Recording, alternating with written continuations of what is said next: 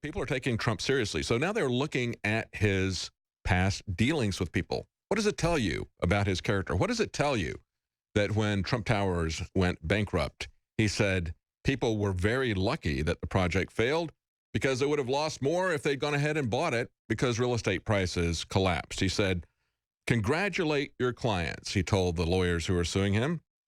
Those clients alleged that they had lost tens of thousands of dollars each on deposits that were put down on a building that was never built with his name.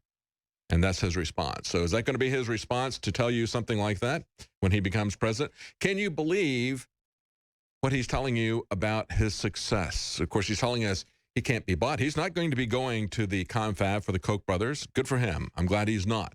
But the question isn't whether or not he's going to be taking that money. The question is, how did he get some of this money that he currently has? Of course, a lot is being said about the undocumented workers that he had, or as many of us would say, illegal aliens that he brought in to build Trump Towers.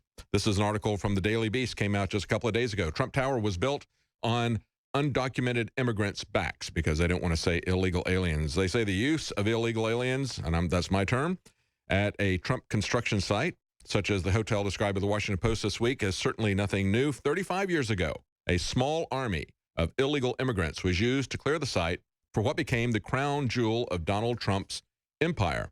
If you go back and look at a story 25 years ago, again in the New York Times, Trump says he didn't know that he employed illegal aliens. He was being sued at the time by union members led by a retired demolition worker. They charged that using undocumented workers by Mr. Trump avoided paying the pension fund.